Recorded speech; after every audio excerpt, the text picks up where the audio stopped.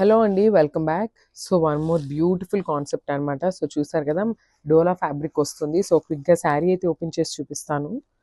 So sari colour combination అయితే చాలా బాగుందండి. చూసారు కదా, మంచి ఇంగ్లీష్ కలర్ టోన్తో తీసుకున్నారనమాట శారీ కలర్ అనేది. అండ్ మనకి శారీలో బార్డర్స్ అనేది బాగా హైలైట్ చేశారండి. అండ్ యూనిక్ పీస్ అని చెప్పొచ్చు అనమాట శారీ అయితే. సో చూసారు కదా, ఇది వచ్చేసి కంప్లీట్ బెనారసీ ఐటమ్ వస్తుంది. బికాస్ శారీ మొత్తం చూసారా గోల్డెన్ జరీ వీవింగ్ తో ఉంటుంది అనమాట.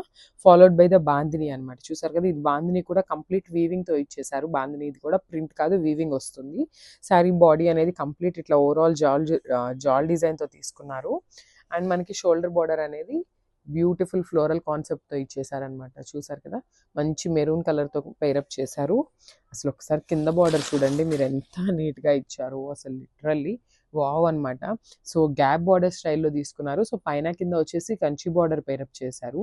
అండ్ మిడిల్లో చూడండి మనకి ఎంత బాగా ఇచ్చారు. బ్యూటిఫుల్ ఎలిఫెంట్స్ అండ్ పికాక్స్ తో పేరప్ చేశారనమాట.